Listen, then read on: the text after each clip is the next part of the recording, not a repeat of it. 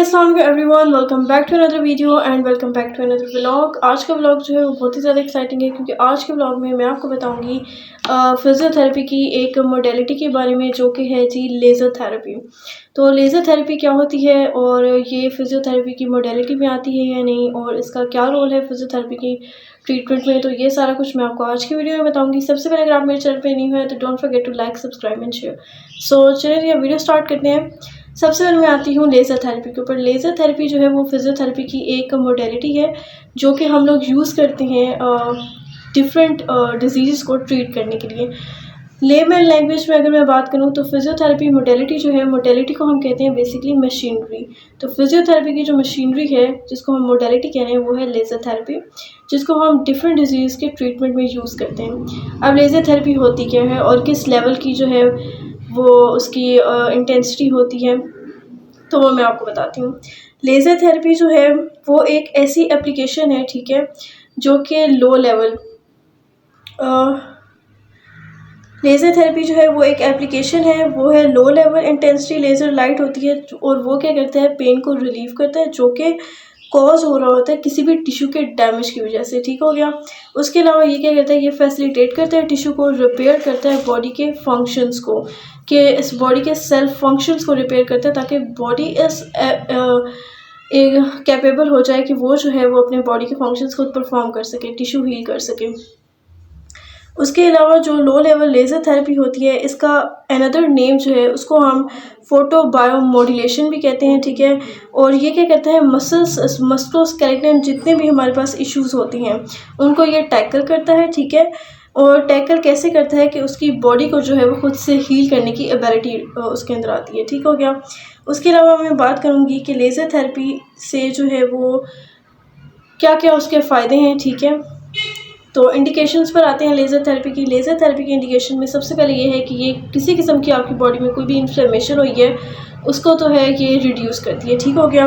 एक हमारे पास क्या होगा कि ये रिड्यूस कर रही है इन्फ्लेमेशन को। बॉडी में किसी किस्म की कोई भी स्वेलिंग है तो by the use of laser therapy हम वो स्वेलिंग भी रिड्यूस कर सकते हैं।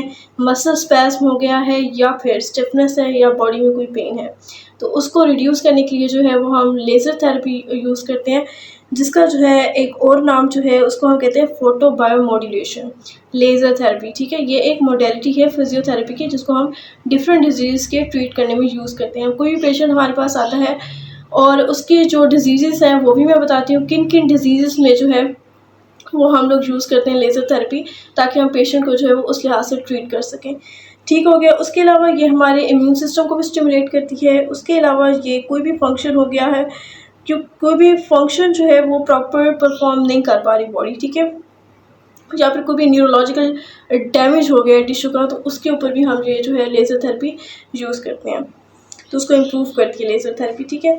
ट्रीटमेंट में अब आ जाते हैं कि कौन कौन सी डिजीज़ को ट्रीट करने के लिए जो है वो हम लेज़र थेरेपी का यूज़ करते हैं। सबसे पहले हमारे पास आती है कि जितनी भी इन्फ्लेमेटरी कंडीशंस हैं, ठीक है, चाहे वो एक्यूट है चाहे वो क्रोनिक है, उनमें जो है वो हम यूज़ करते हैं लेज़र थेरेपी। ठीक है।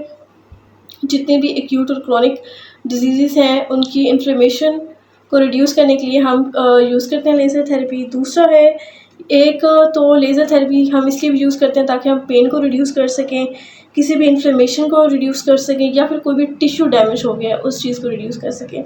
अब बात करते हैं कि किन किन डिजीज़ में जो है उनको ट्रीट करने के लिए हम लेज़र थेरेपी का यूज़ करते हैं।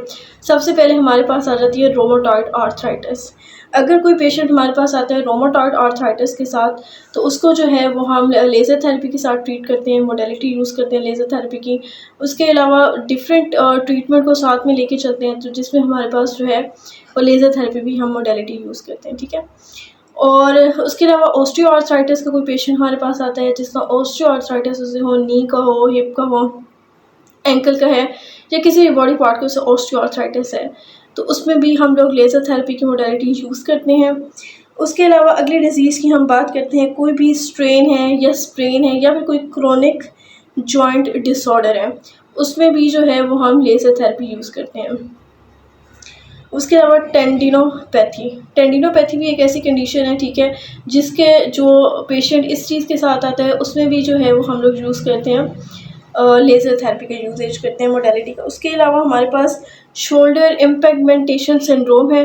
अगर कोई पेशेंट हमारे पास आता है शोल्डर इम्पेगमेंटेशन सिंड्रोम के साथ, तो उसके ट्रीटमेंट में भी हम जो है वो यूज़ कर रहे होते हैं, फिजियोथेरेपी मोडेलिटी यूज़ कर रहे होते हैं। उसके अलावा हमारे पास नेक्स्ट डिजीज़ आ जाती है हिप एंड शोल्डर बर्साइटिस। अब जितने पेशेंट हैं जो हमारे पास आते हैं शोल्डर एंड हिप बर्साइटिस के साथ, तो उसमें भी हम लोग जो है वो लेज़र थेरेपी की मोडेलिटी यूज़ करते हैं। तो ये मैं आपको सारी डिजीज़ बता रही हूँ जिनके अंदर जो है वो हम लेज़र थेरेपी की मोडेलिटी को यूज़ करते हैं, और इसका यूज़ करके जो है वो फिर हम पेशेंट को ट्रीट कर रहे होते हैं। तो लो बैक पेन डिसफंक्शन आ गया है, डिस्क डीजनरेशन हो रही है, डिस्क हर्निएशन है, शियाटिका है, उसके अलावा न्यूरोपैथी, उसके अलावा जो है वो न्यूरोपैथिक पेन है, टेंडनाइटिस है, टेनस एल्बो है, प्लांटर फेशियाटिस है, या फिर हमारे पास किसी किस्म का लिम्फ एडिमा है, उसमें भी जो है वो हम लेज़र थेरेपी ही यूज़ करते हैं मोडेलिटी।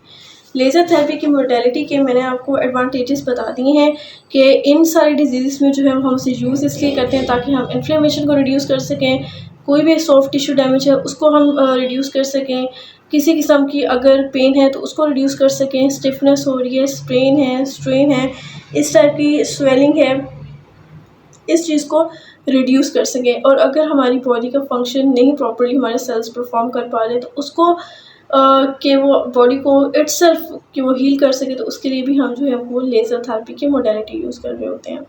तो लेज़र थेरेपी मैंने आपको बता दी कि क्या चीज़ होती है। लेज़र थेरेपी जो है वो एक एप्लीकेशन है, ठीक है, जिसको हम लो लेवल लेज़र थेरेपी बोलते हैं, और इसका दूसरा नाम जो है वो फोटो बायोमोड्यूलेशन भी हम इसको कहते हैं, जो कि हम पेशेंट्स को हम इस मोडेलिटी को यूज़ करते हैं ताकि हम ट्रीट कर सकें पेशेंट को। ठीक हो गया।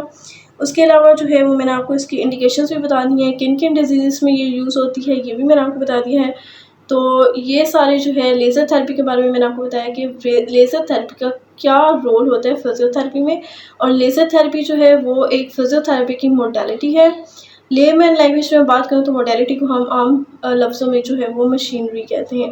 तो लेज़र थेरेपी जो है वो एक मोडेलिटी है फिजियोथेरेपी की, जो कि हम यूज़ करते हैं जो भी पेशेंट्स हमें इनसे रिलेटेड आते हैं उनमें उसका यूजेज किया जाता है इसको ट्रीट करने के लिए। और होप सो आपको जो है वो इसके बारे में अब तक जो मैंने आपको कहा है समझ आ गई होगी, ये क्या है और इसका क्या ट्रीटमेंट के लिए यूज़ करते हैं, और इसके इंडिकेशंस क्या होते हैं, और लेज़र थेरेपी बेसिकली होती क्या है, और इसका क्या क्या रोल है फिजियोथेरेपी में। सो या उम्मीद करती हूँ होप सो आप लोगों को आज की वीडियो जो है वो बहुत ही ज़्यादा अच्छी लगी होगी, और आप लोगों को समझ भी आई होगी, आप लोगों को सब पता चला होगा कि फिजियोथेरेपी की जो मोडेलिटी है लेज़र थेरेपी, उसका क्या रोल होता है, किन किन डिजीज़ के ट्रीटमेंट में हम इसको यूज़ करते हैं। और एक वीडियो में लेज़र थेरेपी के ऊपर और भी बनाऊंगी जिसमें मैं आपको एक पेशेंट के ऊपर जो है वो प्रॉपर अप्लाई करके दिखाऊंगी लेज़र थेरेपी। कोई पेशेंट आएगा तो मैं आपको ज़रूर उसके ऊपर एक वीडियो बना के दिखाऊंगी, और मैं दिखाऊंगी कैसे उस एप्लीकेशन को यूज़ करते हैं, और क्या क्राइटेरिया होता है, क्या प्रोटोकॉल होता है, किस तरीके से उसको यूज़ किया जाता है, और पेशेंट की रिकवरी कैसे होती है उस लेज़र थेरेपी के यूज़ से, फिजियोथेरेपी की जो मोडेलिटी है। तो ये सब कुछ मैं आपको बताऊंगी एक और वीडियो में। सो सबसे पहले अगर आप मेरे चैनल पे न्यू हैं तो don't forget to like, subscribe and share, and hope so आपको आज की वीडियो बहुत अच्छी लगी होगी, और आप लोगों के लिए जो है वो बहुत ज़्यादा बेनिफिशियल हुई होगी। So good bye.